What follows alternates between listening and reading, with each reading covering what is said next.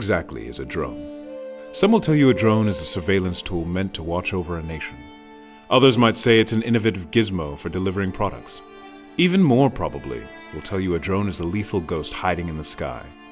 The United States military currently has hundreds of unarmed and armed drones flying over more than a dozen countries. By 2018, the Federal Aviation Administration predicts some 7,500 small commercial drones will be present in the United States alone. In the past decade, drones have become synonymous with airstrikes aimed at eliminating terrorist groups overseas, guided largely by the Central Intelligence Agency's targeted killing program. The Bureau of Investigative Journalism reports that between 2004 and 2014, the CIA organized close to 400 drone strikes in Pakistan, killing more than 3,000 people. And those are just the strikes we know about. It's no wonder these machines have captured the curiosity and fear of the world over. But where did these phantoms of the sky come from? To find out, we'll need to look back almost 100 years. Drones, or unmanned aerial vehicles, work through a system of sensors. Think of it as a basic remote-controlled vehicle, only with much longer range. The exact origin of the drone is tricky to pin down. World War I saw the first real introduction of aircraft into military service, though things like balloons and kites had been used for decades before. Toward the end of World War I, the US Army was working on what it called aerial torpedoes, small biplanes like the Kettering Bug that would essentially work as kamikaze drones. But the war ended before they could be used. In 1915, in the early months of the Battle of Neuve-Chapelle in France, British armed forces used aerial imagery to capture more than 1,500 skyview maps of the German trench fortifications in the region. This ushered in a brand new era of using aerial imagery for complex coordinated operations like, for the first time ever, artillery on the ground were able to carry out barrages with advanced knowledge of the enemy infantry thanks to aerial mapping. This system continued to develop throughout the war.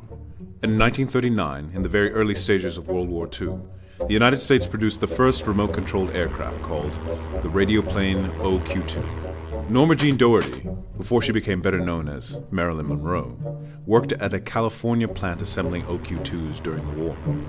Unmanned surveillance operations continued playing more prominent roles throughout the Cold War and global conflicts in general.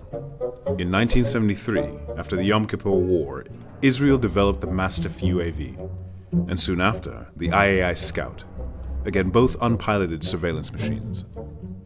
In 1986, a joint US-Israeli project produced the RQ-2 Pioneer, a medium-sized reconnaissance drone.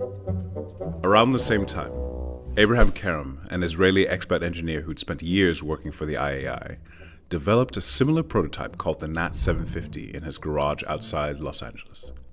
American defense contractor General Atomics bought Karam's design in 1990. Fast forward a few years to the early stages of the Bosnian War, and the CIA purchased two Nat 750s for $5 million to deploy on surveillance operations over Bosnia. On January 7, 1994, the Pentagon signed a contract with General Atomics that tasked the company with redesigning the Nat 750, a deal to make it bigger, sturdier, quieter, more dynamic. 6 months later, the first generation of the Predator drone was born. The Predator was first flown over Afghanistan in the fall of 2000, when an Air Force team flew one for the CIA in a hunt for Osama bin Laden. At the time, it was only armed with surveillance cameras. On December 21, 2000, the U.S. Air Force received Pentagon approval to arm the Predator with Hellfire missiles, less than a year before the 9/11 terrorist attacks on New York City. In the immediate aftermath of 9/11, the CIA launched the Targeted Killing Campaign, essentially an approval list from the Pentagon to kill whomever they deemed perpetrators of the 9/11 attacks. This is legal because of what's called an authorization for use of military force, a law Congress passed in the wake of 9/11. Enter the strikes. As the remnants of the terror group Al-Qaeda's leadership fled out of Afghanistan and into Pakistan and Yemen, both sovereign territories, the newly armed drones soon followed. Quietly. And here's where things really started to get messy. Article 2.4 of the Charter of the United Nations protects the sovereignty of member states, meaning they should be free from military incursions during times of peace. But the Obama administration argued the manhunts were permissible because the intended targets, all affiliated with Al-Qaeda in one form or another, posed an imminent threat of attacks on U.S. soil or U.S. interests abroad. Both the CIA and Pentagon have been relatively quiet about who and where they strike.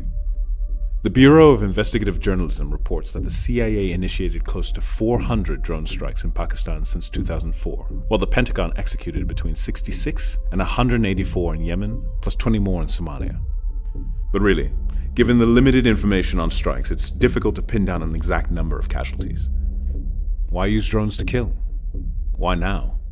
Think about it as if you're cracking a code. In traditional warfare, enemies were easily identified by their uniforms or activities.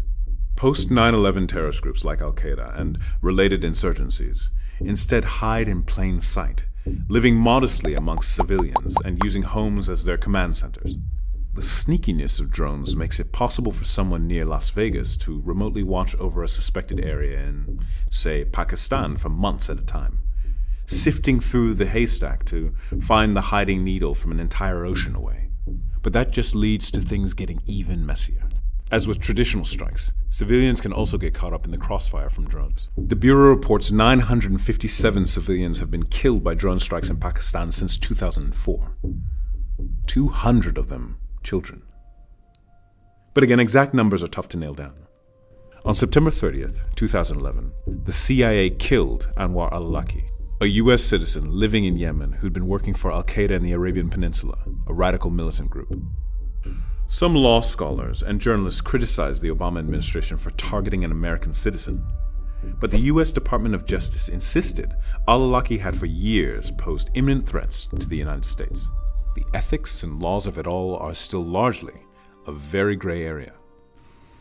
In 2014, Amazon proposed using drones, much smaller and simpler than those in the military, to deliver packages to customers. Real estate agencies have begun using drones for promotional videos, and a burst of small DIY organizations have started creating their own, smaller-scale machines for recreational flights. Others have used drones for anti-poaching rescue missions in Africa. Medicine delivery via drones is still in its testing phase, and even Facebook is building huge solar-powered drones to fly at 50,000 feet and beam internet into remote areas of the world. The Federal Aviation Administration reports more than 934 government agencies in the United States, from the FBI to Customs and Border Control to small police departments in Minnesota, have been approved for limited rights to operate unmanned aircraft in domestic spaces. Chris Anderson, a former editor at Wired who left the magazine to run 3D Robotics, a drone kit company, put it best. We are entering the drone age. There's been blowback. As of May 2014, 35 states in the U.S. have introduced legislation to limit the use of drones by government agencies. To date, 12 have adopted this legislation. Ironically, though, recent polls show that more than half of Americans approve the use of drone strikes. Overseas, understandably, the overall approval is much lower. If the drone age is indeed here, what can we expect in the next year, 2 years, 5? If recent trends are any indication, we might as well get used to seeing them and having